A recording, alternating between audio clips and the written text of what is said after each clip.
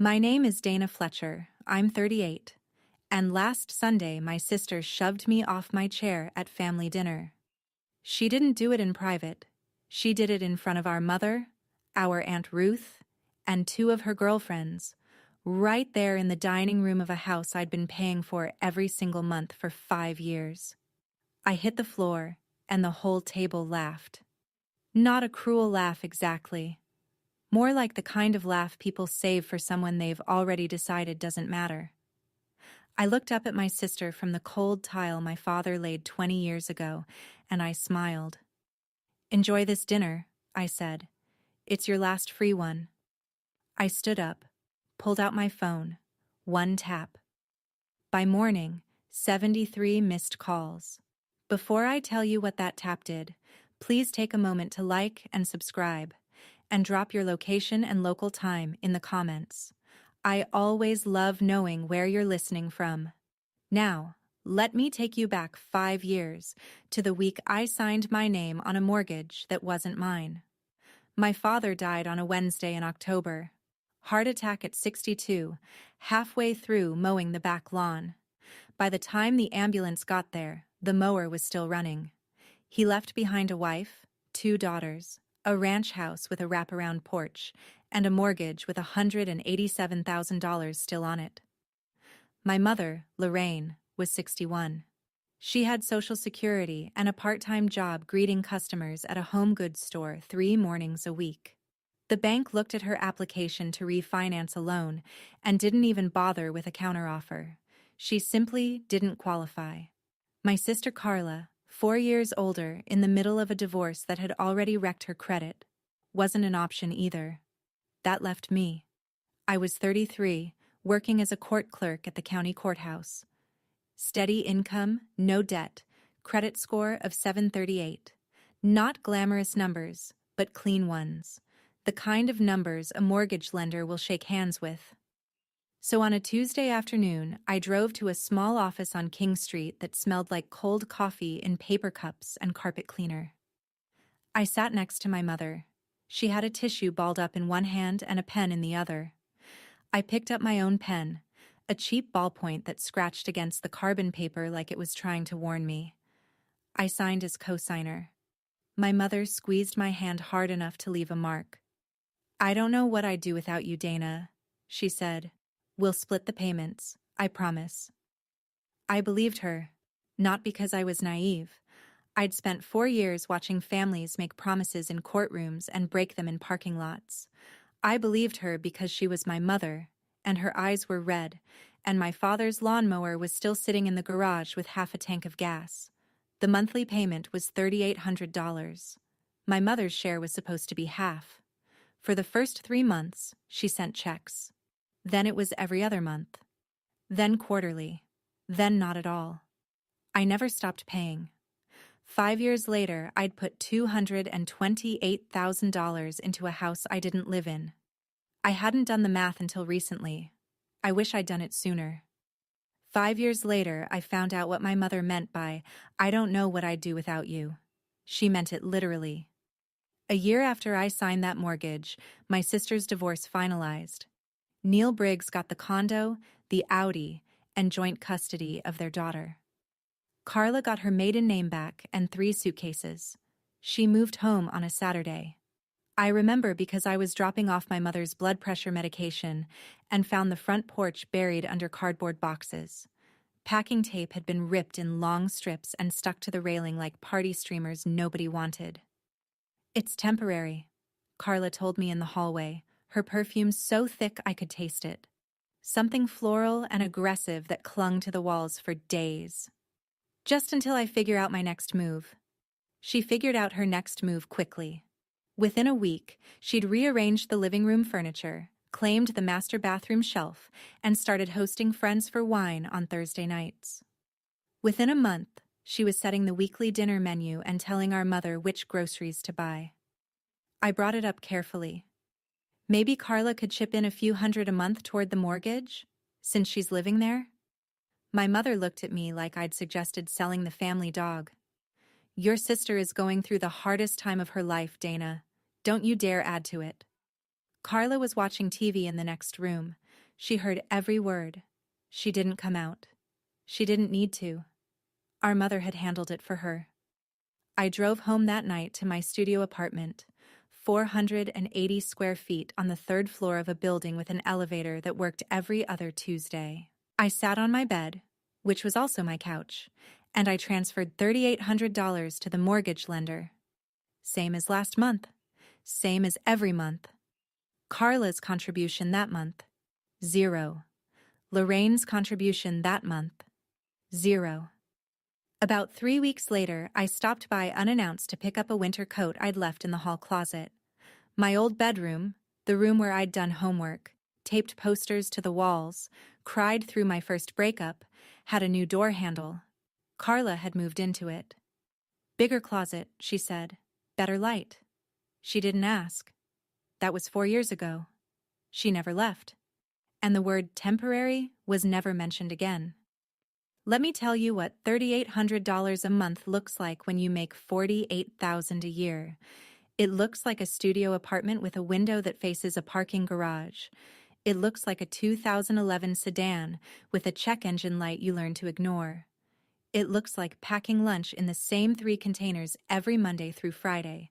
Rice, beans, whatever vegetables were on sale. It looks like skipping coffee shops entirely, not as a lifestyle choice, but as a mathematical certainty. After taxes, I brought home about $3,200 a month. The mortgage was $3,800. You can see the problem. I picked up part-time data entry work, 3 evenings a week, in a windowless room on the 4th floor of an insurance company downtown. Fluorescent lights that buzzed at a pitch just low enough to be maddening. A keyboard that had been cleaned exactly never. I typed claims from 7 to 11, drove home, set my alarm for 6, and did it all again. My coworker, Margot Webb, noticed before anyone else. Margot was a paralegal at the courthouse, 41, sharp jaw, sharper mouth, the kind of woman who could silence a room by raising one eyebrow. She sat 2 desks over and had been watching me bring the same brown bag lunch for 3 years. One Thursday, she set a coffee on my desk. "You never buy coffee," she said. "I like what I make at home." "You drink hot water with a used tea bag, Dana. I've seen it." I didn't say anything. "How much?" she asked. And because Margot was Margot, because she asked it the same way she'd ask the time, no drama, no pity, I told her. $3,800 a month. For the house. She stared at me. "You're paying almost $4,000 a month for a house you don't even live in." "It's my mother's house." Margot picked up her coffee, took a long sip, and set it back down. She didn't hug me, she didn't lecture me, she just sat with that fact for a moment, the way you sit with a jury verdict you already saw coming. "Okay," she said finally. And then she went back to her desk. That silence said more than any advice column ever could. I ate my rice and beans that night, and stared at the wall and tried to remember the last time someone had looked at me like I deserved better. Every family has its rituals. Ours was Sunday dinner.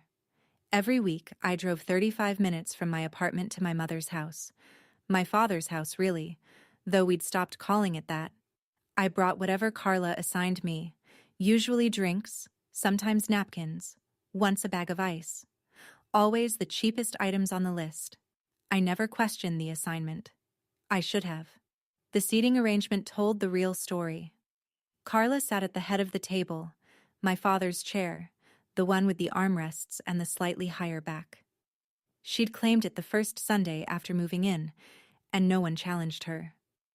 My mother sat to Carla's right, close enough to pass dishes without reaching.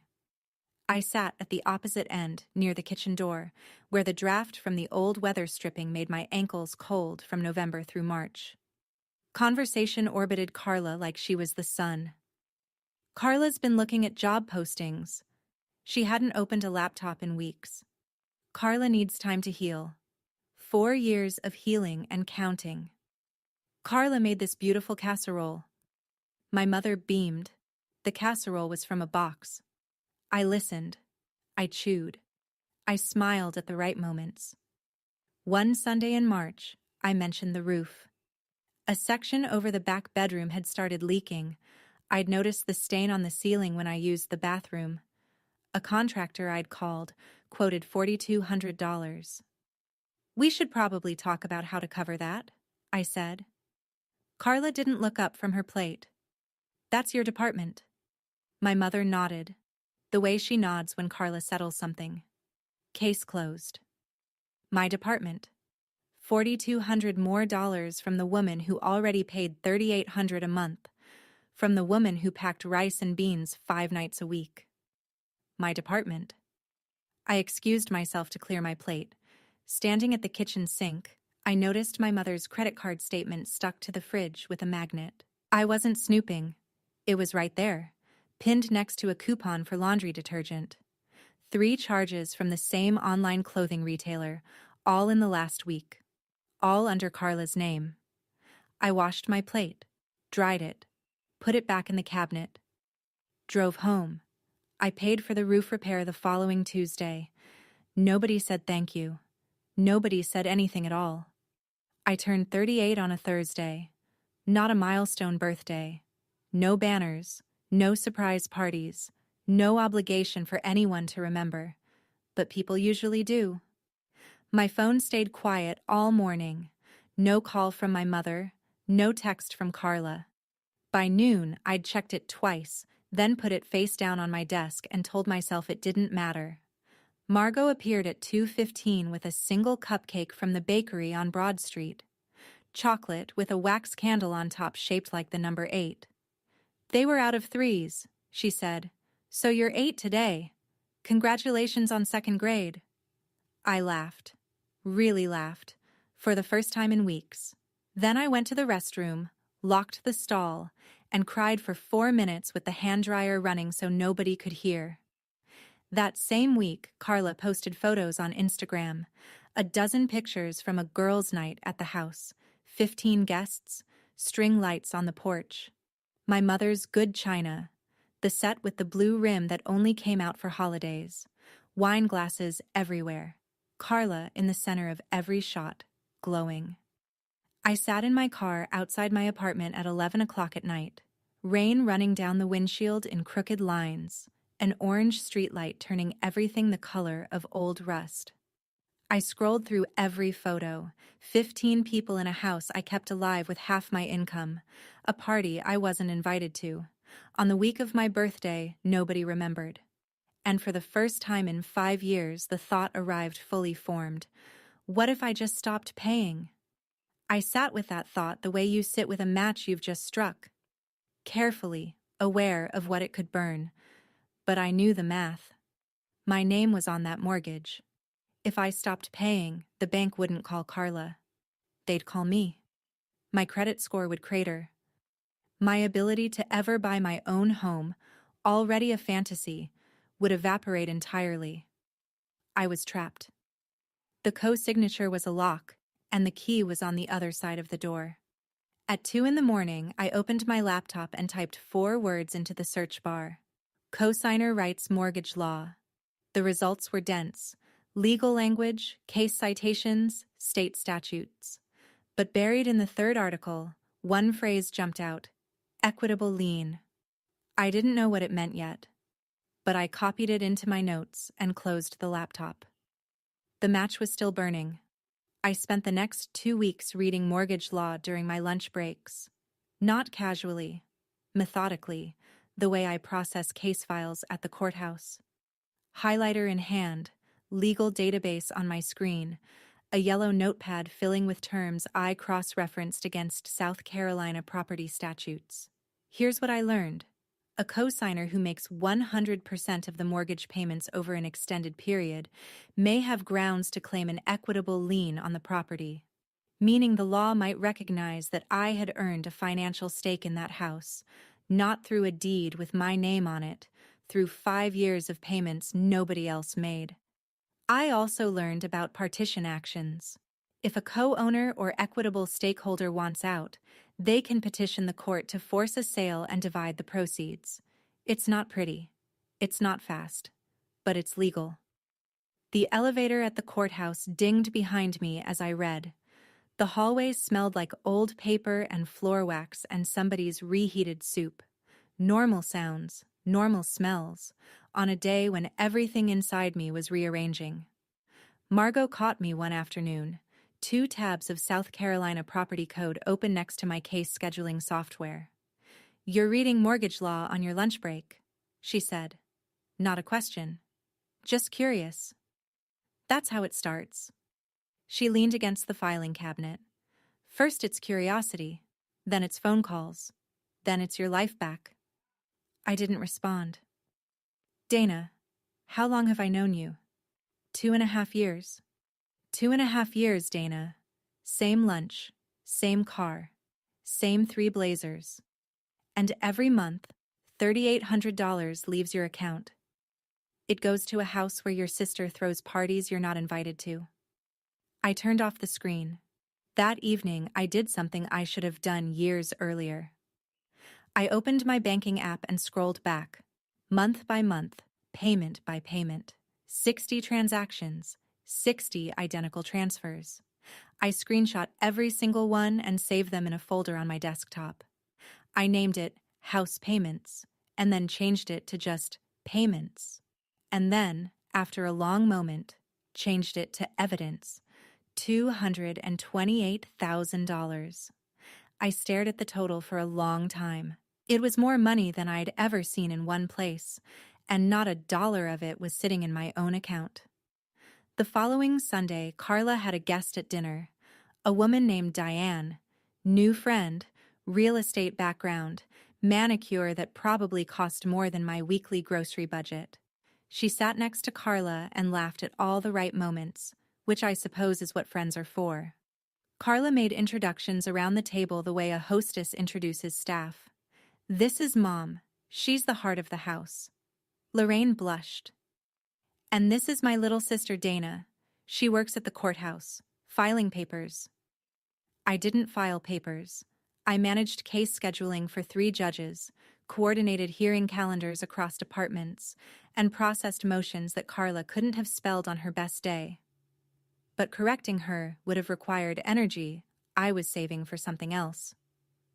"Oh, do you enjoy it?"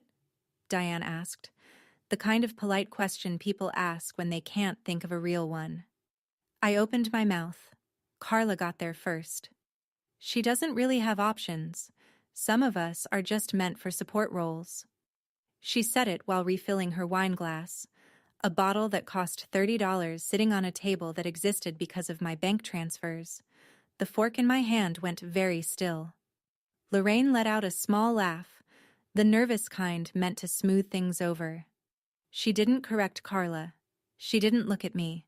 She reached for the breadbasket instead. Diane glanced at me, a quick, uncomfortable look, the kind strangers give when they've accidentally walked into someone else's argument. She didn't say anything during dinner. I ate. I chewed slowly and tasted nothing.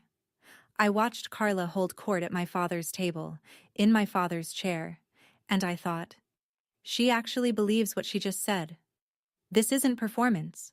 She has genuinely decided I am less than her. After dinner, I was rinsing plates when Diane appeared beside me at the sink. "For what it's worth," she said quietly, "I think court work sounds fascinating." She dried a plate, set it on the stack, and walked back to the living room. A small kindness from a total stranger. It shouldn't have mattered as much as it did.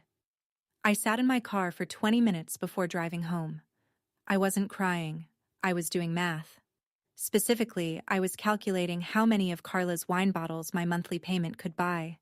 The answer was 126. I almost laughed. What happened next changed everything, and it happened by accident. A Tuesday in April. I stopped by the house midday to drop off my mother's thyroid medication.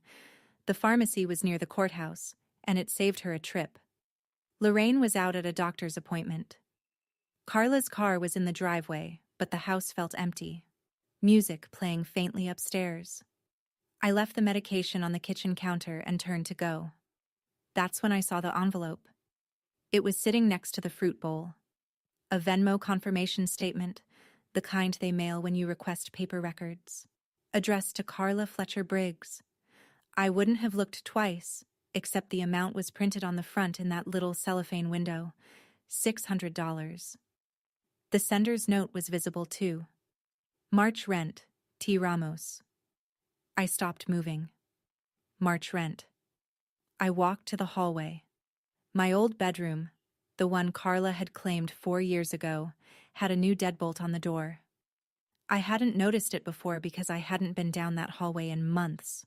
But there it was, brass and shiny, the kind you buy at a hardware store for $15. And on the floor outside the door, a pair of men's work boots, size 11. Not Carla's. She was renting out my old room. In the house, I paid $3,800 a month to keep. She was collecting $600 from a tenant and pocketing every cent. I stood in that hallway and breathed in the smell of cheap lavender air freshener. Not the smell of my childhood bedroom. The smell of someone else's rented space. My hands were shaking. Not from sadness. From something colder and more precise. I pulled out my phone, centered the envelope in the frame, and took a photo. Then I took 3 more. The deadbolt, the boots, the Venmo statement up close. I checked each image for clarity, tilted the phone to reduce glare, and retook the one that was slightly blurred. The way you handle evidence, because that's exactly what it was. I put my phone back in my pocket, left the medication on the counter, and walked out the front door. The screen door closed behind me with a wooden slap. $600 a month. For my old room. In a house I was paying $3,800 to keep. I drove back to the courthouse and didn't eat lunch. I told Margot the next day. We sat on the iron bench in the small courtyard behind the courthouse, the one with the broken fountain that hadn't run water since the last renovation, and the mockingbird that lived in the crepe myrtle and sang like it owned the county. I showed her the photos. She held my phone at arm's length. She needed reading glasses but refused to admit it, and scrolled through each image without speaking. 10 seconds. 20. The mockingbird filled the silence. Then she handed my phone back. She's renting out your room, Margot said. In your house. And pocketing it.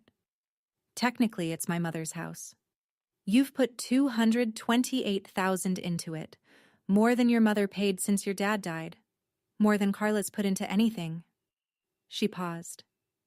This isn't about family anymore, Dana. This is somebody stealing from you. The word stealing sat between us on that bench like a brick. I'd spent 5 years calling it sacrifice, calling it duty, calling it family. Margot called it what it was in 4 syllables. She reached into her bag and pulled out a business card, cream-colored, embossed, no-nonsense font. Patricia Holloway, attorney at law, real estate and family property. I've been carrying this for 3 months, Margot said, waiting for you to be ready. 3 months? You think I watched you eat rice and beans for 3 years without doing research? She set the card on the bench between us. Call her. This week. Not next month. This week. I picked up the card. It was warm from being in her bag. I ran my thumb across the raised letters and put it in my pocket. I'll think about it. You'll call her.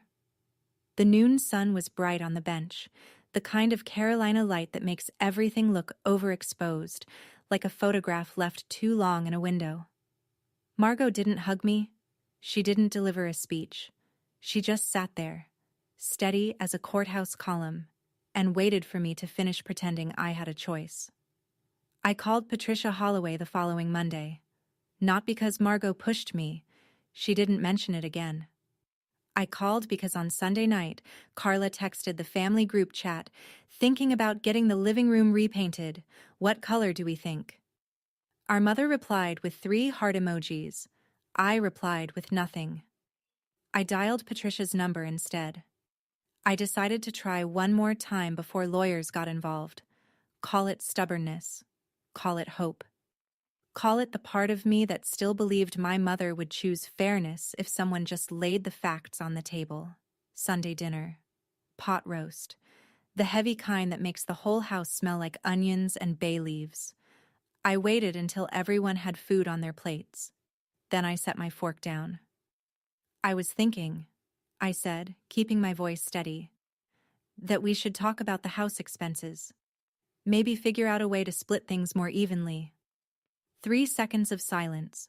The wall clock my father had hung 30 years ago ticked loud enough to hear from the kitchen. Carla spoke first. Are you seriously bringing up money at Sunday dinner? It's not about money, it's about fairness. Fairness? Carla set her wine glass down. I cook, I clean, I take care of Mom. You sit in your apartment and write checks. Those checks keep this house standing, Carla. My mother's hand went to her chest. Here it comes, I thought. The performance. Dana. Lorraine's voice trembled perfectly. Your father would be so disappointed. Family doesn't count pennies. It's not pennies, Mom. It's $3,800 a month. The clock ticked. Carla leaned forward. What about everything I do here? A live-in caregiver costs $50,000 a year. I looked it up. She hadn't looked anything up. I knew it the way I know when a witness is improvising on the stand. The details get too round, too convenient. 50,000. A clean, rehearsed number. You could contribute even a few hundred, I started. My mother began to cry. Tears, pressed tissue, the whole liturgy. Why do you want to tear this family apart? Your father built this? And you'd throw it away? Carla reached over and squeezed Lorraine's hand. United front. Practiced.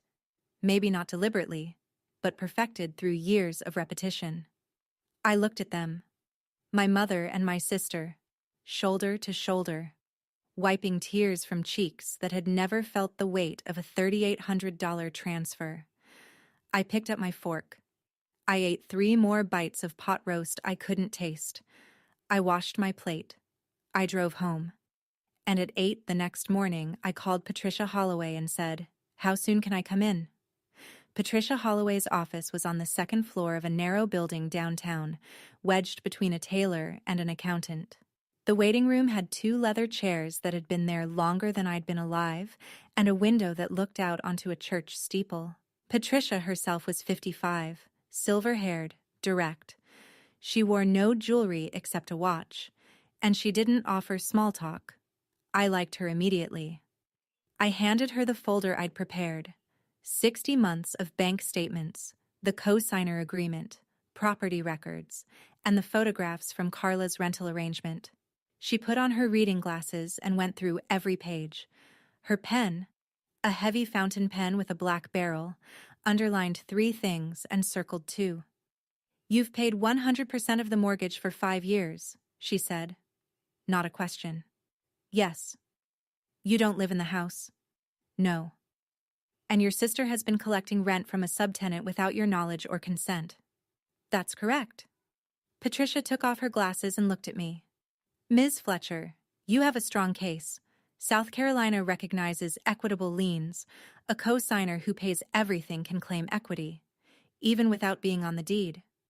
She laid out 3 options. Demand that Lorraine refinance the mortgage without me within a set deadline. And if she didn't qualify, which Patricia suspected she wouldn't, the property would need to be sold. File a partition action to force a sale through the court. Or negotiate an out-of-court buyout. What do you recommend? I asked. Start with the demand letter. Give her 90 days. It's generous and it's defensible. I thought about my mother crying at Sunday dinner. Will my credit be affected if I stop paying? If they miss payments after you stop, yes. Possibly 40 to 60 points. She paused. But if you keep paying, you'll never get free. That's the trade. I sat with that for a moment. The leather chair creaked beneath me. Somewhere outside, a church bell rang. I've spent 5 years losing myself $40 at a time, I said. I think I can survive losing 40 credit points to get me back. Patricia almost smiled. Generosity has a shelf life, Ms. Fletcher. Yours expired about 48 months ago. She capped her pen. I signed the retainer. The church bell rang twice more, and I walked out into the sun. I spent the next week building something on my phone that I hoped I'd never have to use. An email. Drafted and redrafted. Stripped of emotion. Loaded with facts. 3 paragraphs and 2 attachments. The first attachment. A PDF summary of 60 months of mortgage payments. Dates, amounts, confirmation numbers. The second. The Venmo statement photograph from Carla's rental income. The body of the email was simple. Effective immediately, I am discontinuing all mortgage payments on the property at the family address. Enclosed is a summary of 60 payments totaling $228,000 made solely by me over the past 5 years. My attorney, Patricia Holloway, will be in contact regarding my equitable interest in the property. I am requesting that the mortgage be refinanced without my name within 30 days, or I will initiate formal proceedings. I read it 11 times, revised it twice. Patricia reviewed the language and approved it. I saved it as a draft and left it there, loaded like a round in a chamber. The plan was methodical. Patricia would send the formal demand letter by certified mail. The email was a backup, personal, direct, for the family group chat. I wanted Lorraine to hear it from a lawyer's letterhead first. That was the professional way. Sunday came. I drove to dinner. I brought cornbread, a recipe of my father's that I baked every few months, the one made with buttermilk and honey and a cast-iron skillet. I sat at my usual end of the table. I smiled at the right moments. I ate slowly. Carla glanced at me twice during the meal. "You seem different lately," she said. "Quieter. Just tired." My mother tilted her head with a concern so perfectly timed it might have been genuine. "See? She works too hard. We need to be gentle with Dana." Gentle. My mother used the word gentle while I held a draft email on my phone that would dismantle the arrangement keeping her housed. I almost laughed. Almost. Apple pie for dessert. My mother's recipe. The crust a little too thick. The way it always was. The way my father used to tease her about. The kitchen smelled like cinnamon and butter, and the radio played something soft from another decade. Everything felt warm. Everything felt false. I had the email ready. The lawyer had the papers ready. I had 30 days on the calendar. What I didn't have was one more Sunday. All right, let me pause here for a second. I know some of you are sitting there thinking, "Just stop paying and walk away, Dana." I thought about it too, every single month. But when your name's on that mortgage, walking away doesn't hurt them. It hurts you, your credit, your future, your options. If you've ever been stuck doing the right thing while everyone around you did nothing, drop a comment. I'd love to know I'm not the only one. Now, back to that last Sunday. The plan was 30 days. Certified letter first, then the email if needed, then legal proceedings. Orderly, professional, patient. But patience has a way of expiring when new information arrives. On a Tuesday evening, my phone buzzed with a Facebook message from a name I hadn't seen in years. Neil Briggs, Carla's ex-husband. The message was short, no pleasantries. "Dana, heard Carla's renting a room at your mom's. Thought you should know something. When she filed to lower my child support, she told the court 0 income. 0. Collecting rent changes that. It's a misrepresentation in a sworn filing. Do with that what you will." I read it 3 times. The blue light of my phone screen was the only light in my apartment. Carla had stood in front of a family court judge, raised her hand, and declared under oath that she had no income while collecting $600 a month in rent from a room in a house I was paying for. In my line of work, I'd seen people face sanctions for less. I'd processed the paperwork myself. I didn't feel anger. I felt the cool click of a puzzle piece falling into place. This wasn't about one lie or two. It was a pattern, a system of small frauds built on the assumption that nobody was checking. I thanked Neil. One sentence. I appreciate you letting me know. I didn't ask for details. I didn't commiserate. Court clerks learn early that the less you say, the less gets used against you later. Then I called Patricia Holloway. Forget 30 days, I said. How fast can we move? A pause. I heard her pen tap against her desk. That heavy fountain pen, deliberate as a metronome. How fast do you want? Before next Sunday. Another pause, shorter this time. I can have the demand letter finalized by Thursday, courier delivery Friday. And if I want to send the email myself? At the same time? That's your prerogative. The letter sets the legal timeline. The email is personal. No restriction on timing. Another tap. Is something happening Sunday? Dinner, I said. Family dinner. Ah. Patricia's voice carried the smallest note of understanding. Then I suggest you eat light. These things tend to kill the appetite. I almost smiled. I set my alarm for 6 and went to bed. Thursday morning, I sat in Patricia's office and watched her assemble the final package. The demand letter, 2 pages, registered mail, addressed to Lorraine Fletcher. Tone firm, language precise. It requested refinancing of the mortgage without Dana Fletcher as co-signer within 30 calendar days. It referenced the 60 payments totaling $228,000. It noted that failure to comply would result in the filing of an equitable lien action and, potentially, a partition suit requiring the sale of the property. The summary of payments, 14 pages, every month, every transfer, every confirmation number. Patricia's assistant had organized them chronologically with headers for each year. 5 years reduced to a spreadsheet that could be read in 10 minutes and felt in the stomach for much longer. The Venmo photograph, included as an exhibit. Evidence that a third party had been paying rent to a household member who contributed nothing toward the mortgage. Patricia slid the folder across her desk. I opened it and paged through slowly. Is this everything? I asked. Everything except one question. She folded her hands. Your credit will take a hit after you stop. 40 points, maybe more. Depends how long it takes. I know. That number took you years to build. I know that too. And you're comfortable? I looked at the folder. 60 pages of my own generosity, itemized, totaled, reduced to legal exhibits. It looked like a court filing. It felt like 5 years of my life pressed flat between cardstock. Half my income goes to that house, Patricia. My sister calls me the help. I eat rice 5 nights a week. My car has 190,000 miles. I don't own a dishwasher. I closed the folder. Comfortable? I haven't been comfortable in 5 years, but I'm done pretending that's okay. The printer behind Patricia hummed as it produced the final copies. Warm pages, fresh ink, the mechanical smell of toner.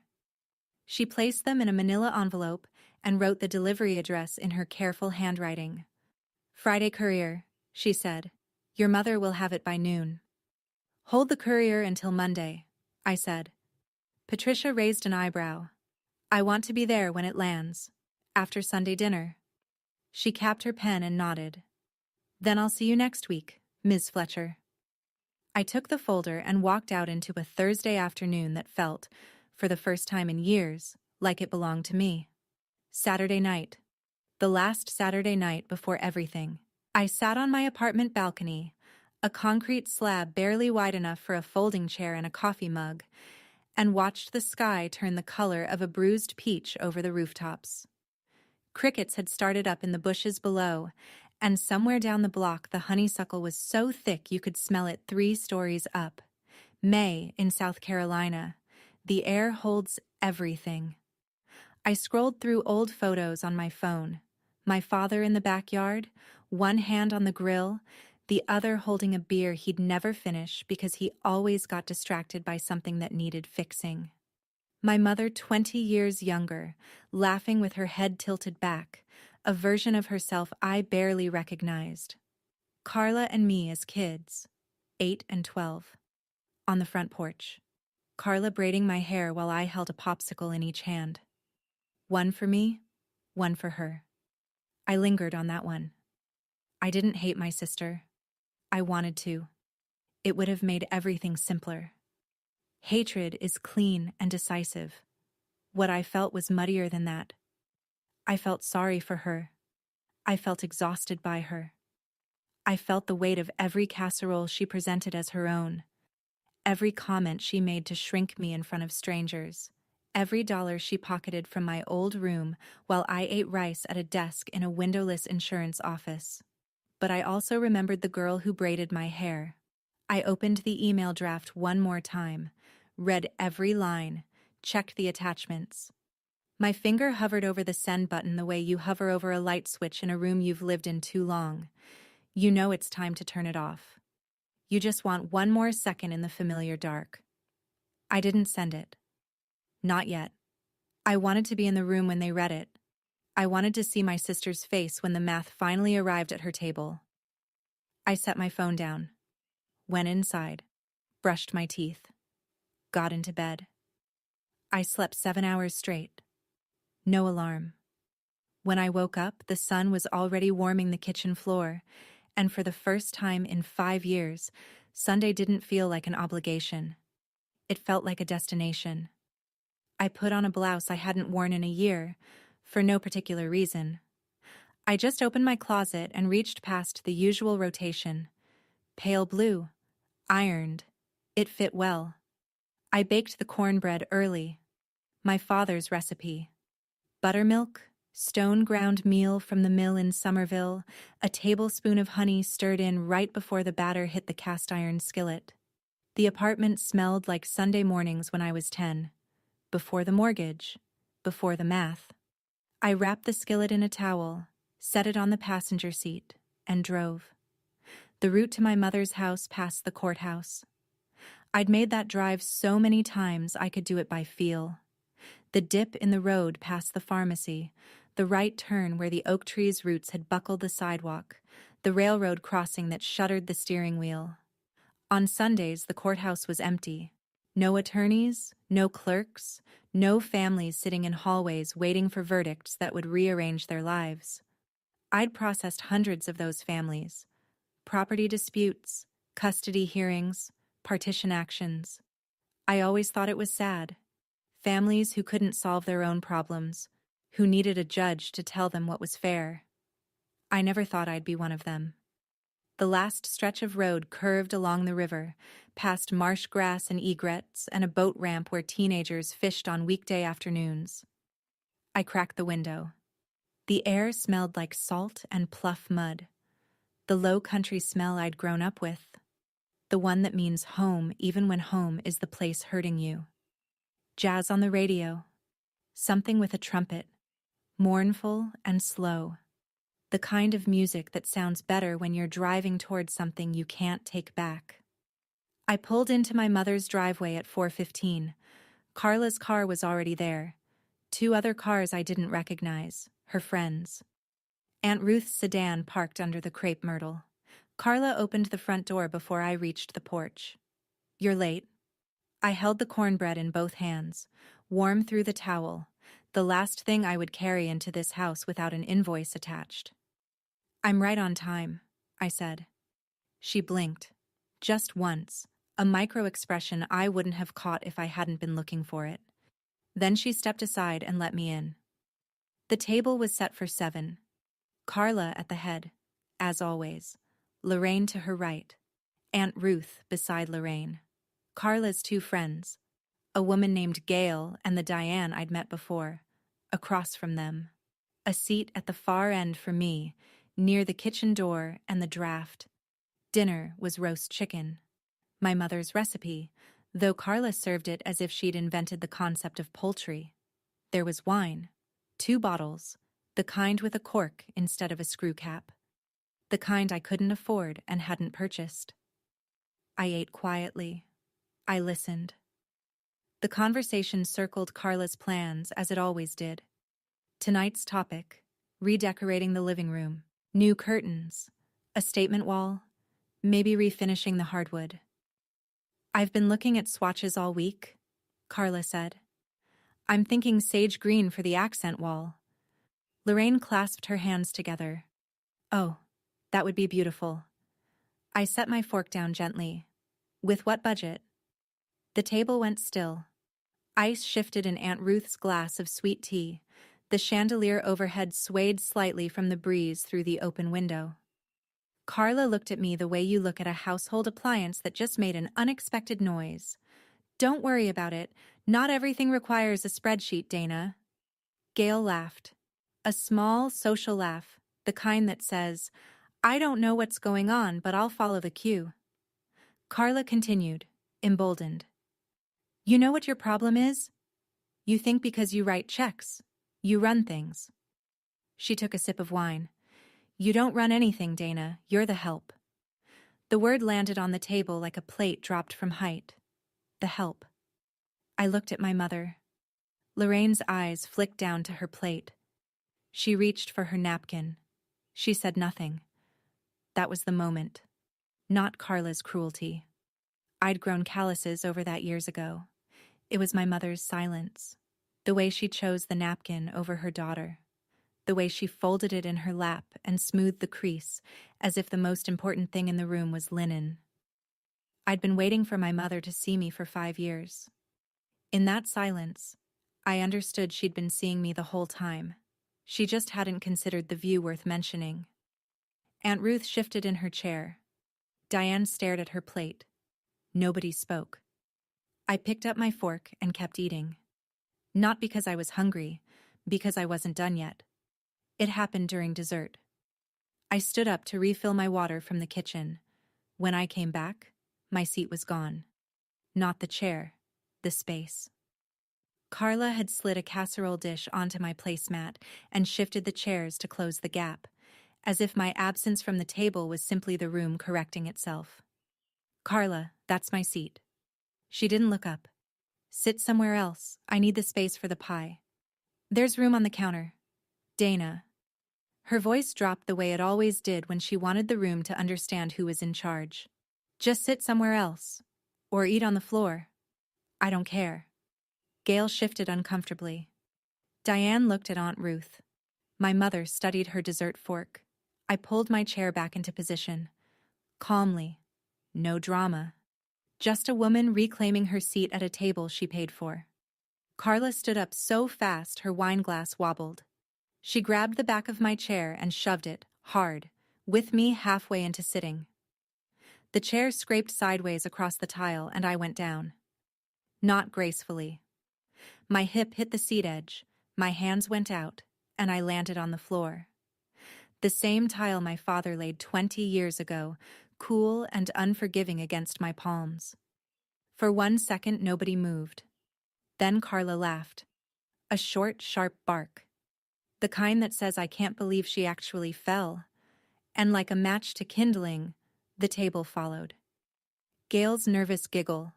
Lorraine's stifled smile behind her napkin. Even Aunt Ruth let out a breath that was almost a chuckle before catching herself. They laughed, because they'd been laughing at me for years. This was just the version with sound effects. I lay on that floor and looked up at the ceiling fan spinning lazy circles above the dining room. Then I looked at my sister, who was standing over me with the satisfied expression of someone who believed she'd won something. I smiled. Enjoy this dinner, I said. It's your last free one. Carla's smile faltered. Not much. A flicker. I stood up, brushed off my pants and pulled out my phone. Opened the draft. The email I'd written and rewritten and checked and rechecked. 60 months of payments. The Venmo photograph. Patricia Holloway's name in the CC line. One tap. Sent. I picked up my bag, walked past my mother, past my aunt, past the wine and the chicken and the pie, and I opened the screen door and stepped outside. It closed behind me with a soft wooden clap. Nobody followed. I sat in my car for 2 full minutes before turning the key. My hands were trembling, not from fear, not from doubt. Adrenaline. The kind your body releases when it realizes you've actually done the thing you've been rehearsing for weeks. The phone buzzed before I reached the end of the block. Lorraine. I let it ring. It buzzed again. Carla. And again. A number I didn't recognize.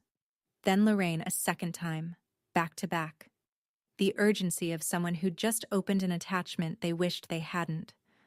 I turned the phone to silent and set it face down on the passenger seat, next to the empty skillet that still smelled like my father's cornbread. I drove. The road home felt different. The same route, the same railroad crossing, the same oak tree with the buckling roots. But the weight I'd been carrying for 5 years was no longer in the car with me. My shoulders ached from where I'd been holding them, muscles unwinding from a position I hadn't known I was clenching. I pulled into my parking spot, carried the skillet upstairs, and set it in the sink. I locked my apartment door. I turned on the shower. Hot. Hotter than I usually allowed myself because hot water costs money, and money was something I never had extra of. But tonight I did. Tonight I had $3,800 I wasn't going to send anywhere. When I stepped out, wrapped in the one good towel I owned, the phone on the counter was alive. 23 missed calls, 14 text messages. I read them all, standing barefoot on the bathroom tile, steam still curling around the mirror. Carla. This is not funny, Dana. Call me back right now. Carla. You can't just do this. Carla. Mom is crying. Lorraine. How could you do this to your family? Lorraine. Call me please, sweetheart. We can talk about this. Gail. Hey, is everything okay? Carla seems upset. And one from Aunt Ruth. Separate from the group thread. Private. I read the numbers, Dana. I didn't know. Call me when you're ready. I set the phone down. I brushed my teeth.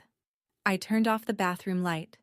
I got into bed at 10:14 on a Sunday night, and I slept the way you sleep after putting down something very heavy, deeply, dreamlessly, and without once reaching for the phone on the nightstand. 6 a.m. alarm, Monday. I picked up the phone and counted. 73 missed calls, 41 text messages, 3 voicemails. I counted them the way I count case files at the courthouse, carefully, without emotion, because that's how you process things that matter. Voicemail 1. Lorraine, recorded at 9:47 the night before. Crying, but the composed kind, the kind designed to be overheard. Dana, you cannot do this. Your father would be ashamed. Call me back. We can fix this. Voicemail 2. Carla, 11:15 p.m. Furious. You think you can just quit? Fine, we'll figure it out without you. We always have. Voicemail 3. Carla again, 3:20 a.m. Different voice entirely. The anger had burned down to ash, and what was underneath was fear. Dana. I looked up what happens when a cosigner stops paying. The bank. They can... A long pause. Breathing. Dana, please call me back. The shift between voicemail 2 and voicemail 3 was 6 hours. In 6 hours, Carla had gone from, "We'll figure it out," to a woman who had finally opened a search engine and typed the words she'd been ignoring for 5 years. I showered, got dressed, packed my lunch, rice and black beans, same containers, same routine. But something was different about the morning. The light through the kitchen window felt sharper. The apartment felt smaller, but in a way that felt chosen rather than forced. I drove to work, parked in my usual spot, walked through the metal detectors, nodded at the security guard, and sat down at my desk. Margot was already there. She looked at me over her computer screen for 3 seconds. No words. Then she reached into her bag, pulled out a paper cup from the cafe on Broad Street, and slid it across the desk. "You did it," she said. I nodded. "Espresso. Double shot. You earned it." I picked up the cup. The warmth seeped through the paper into my fingers. I lifted the lid and breathed in. Dark roast, slightly bitter, with that edge of sweetness that good espresso carries. It was the first coffee I hadn't made from a reused tea bag in 5 years. I drank it slowly, tasting every sip, while the morning sun came through the courthouse windows and striped the marble floor with gold. Margot went back to her screen. I went back to mine. Case files to process, hearings to schedule, motions to log. The courthouse didn't care about my family drama. I found that comforting. Quick check-in. If you've made it this far, you already know this isn't just about money. It's about what happens when you finally say enough. If this story's hitting close to home, hit that subscribe button. I share stories like this every week. Real situations, real consequences. And if you've ever been the one everyone depended on but nobody thanked, tell me about it in the comments below. Now, let me tell you what happened when Carla showed up at my workplace. Carla came to the courthouse on Tuesday. I was behind the clerk's counter, processing a stack of civil motions, when I heard the lobby door open with more force than necessary. I knew it was her before I looked up. The perfume reached me first. That same floral assault she'd been wearing since she moved back home. She marched up to the counter in heels that clicked like accusations on the marble floor. "You need to fix this," she said, loud enough that the attorney waiting for copies at the adjacent window looked over. "Mom hasn't slept. You're tearing this family apart." I kept my voice at the same volume I used for every person who approached this counter. Professional. Measured. The court clerk voice. "This is my workplace, Carla. Legal questions go to my attorney. Her number's in the email." "Legal?" Carla's voice pitched upward. "This is family, Dana. You don't bring lawyers into family." The security guard at the metal detector shifted on his feet. Two clerks from the adjacent office had stopped typing. I could feel Margot watching from somewhere behind me, steady and silent. "You brought lawyers into your divorce," I said. "This is no different." Carla's mouth opened, closed, opened again. "You can't just stop paying," she said, quieter now, catching the eyes on her. "I can. I have. And my attorney will explain your options." "What about Mom?" I set down my pen, looked directly at my sister, really looked at her, the way I should have looked at her years ago.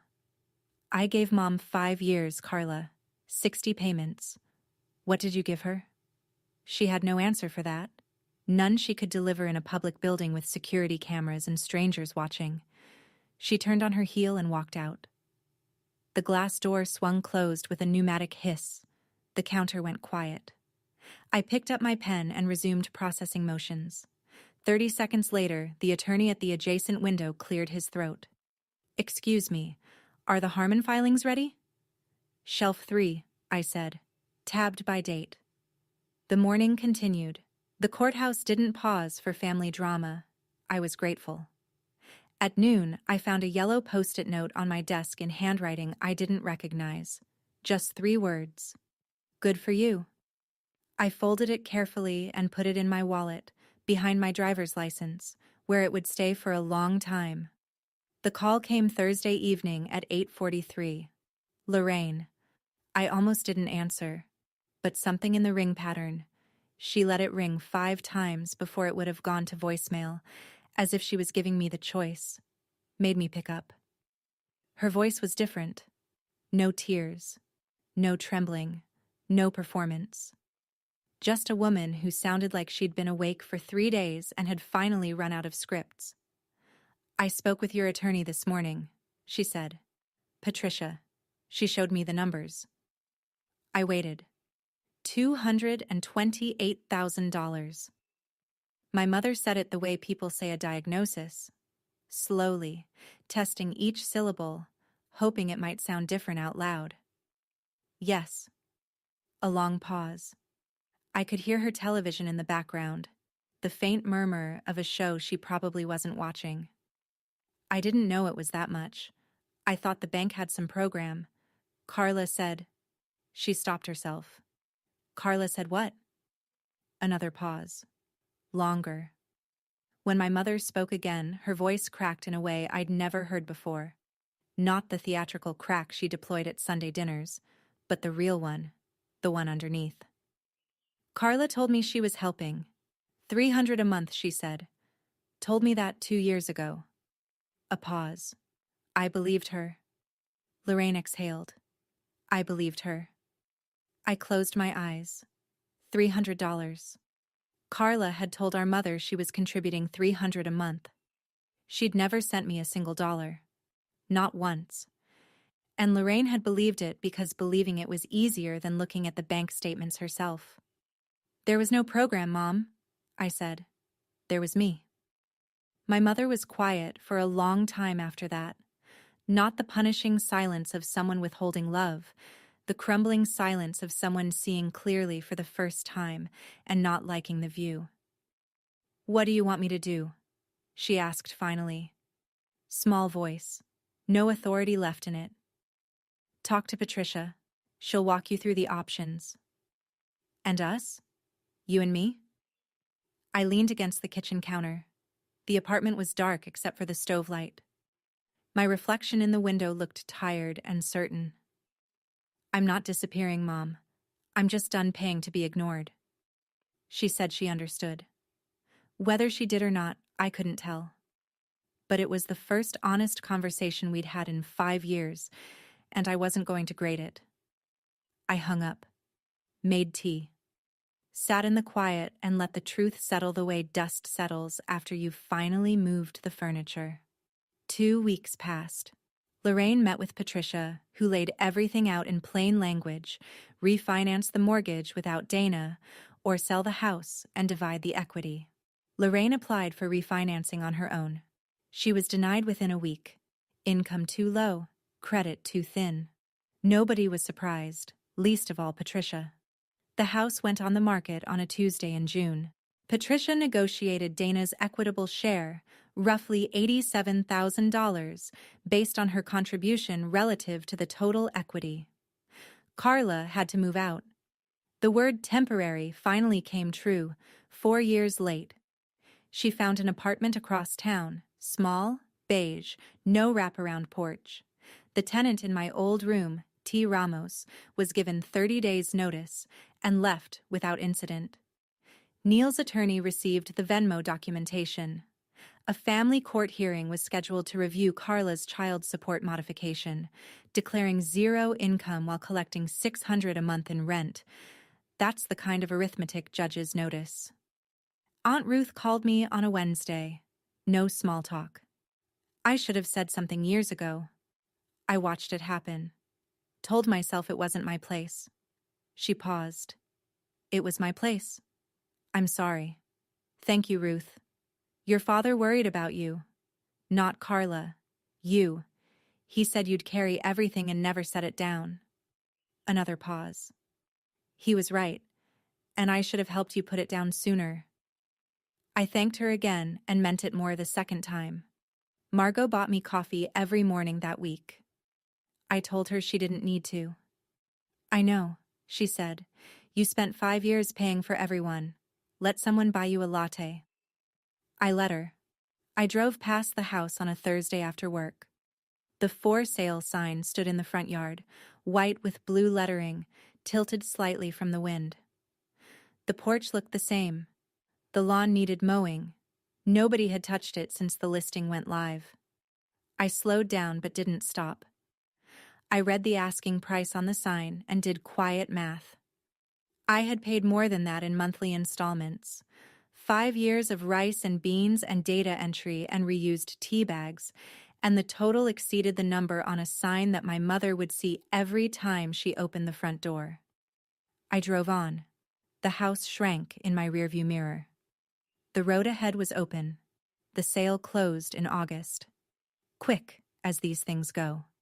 A young couple with a toddler and a golden retriever, the kind of family real estate agents put in brochures. They loved the porch. They loved the yard. They didn't know anything about the people who'd lived there, and they didn't need to. Lorraine took her share of the equity and rented a 2-bedroom apartment near Aunt Ruth.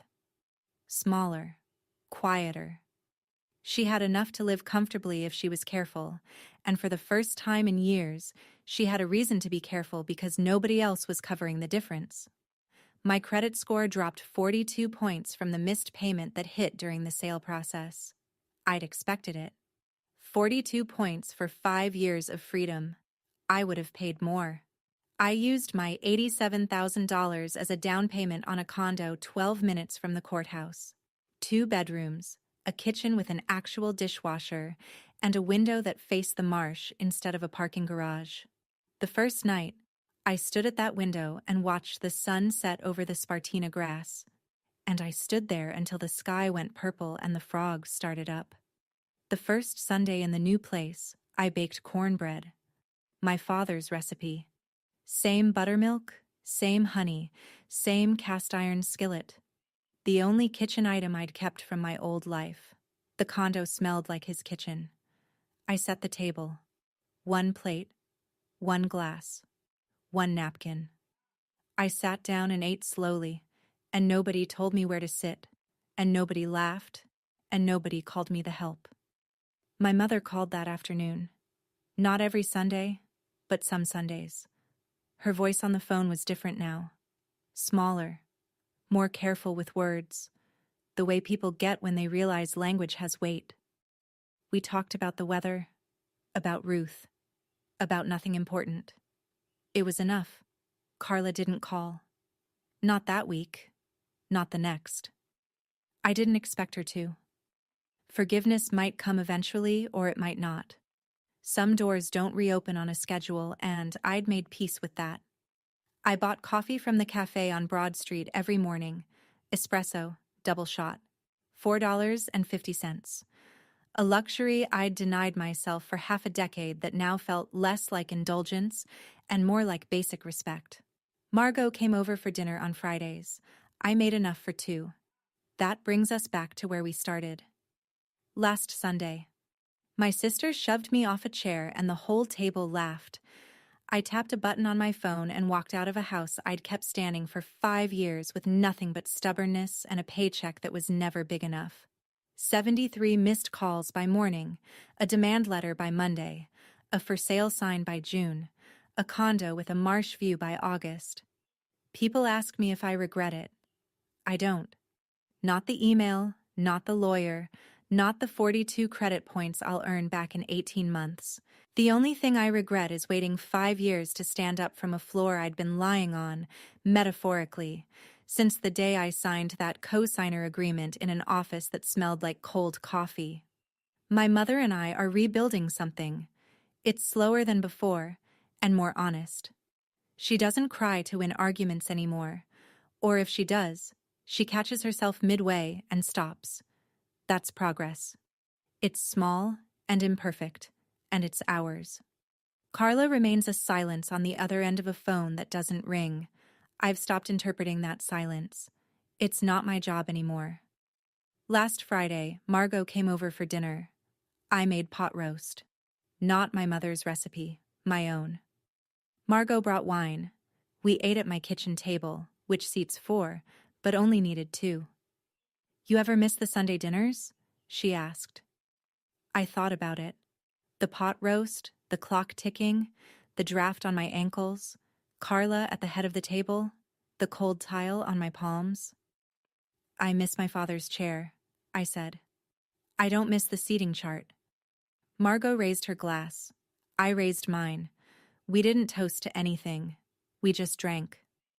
After she left, I washed the dishes, wiped the counter, and stood at the window. The marsh was dark, the moon a half circle above the waterline, and a mockingbird was singing from the magnolia outside. The same species that lived in the crepe myrtle behind the courthouse, singing the same song it always sang. Some things follow you. The good ones, you let them. I turned off the kitchen light, put the leftover cornbread in the fridge, went to bed early. 1 chair, 1 plate, 1 life that was finally, completely mine. That's Dana's story. Or maybe, in some way, it's yours too. If you've ever been the one holding everything together while everyone around you took it for granted, I see you. And I hope you know that stopping isn't selfish. It's survival. If this story meant something to you, hit subscribe so you don't miss the next one. There are more stories in the description. Women who decided enough was enough and did something about it. Drop a comment and tell me yours. I read every single one. Thank you for listening. Truly. I'll see you in the next one.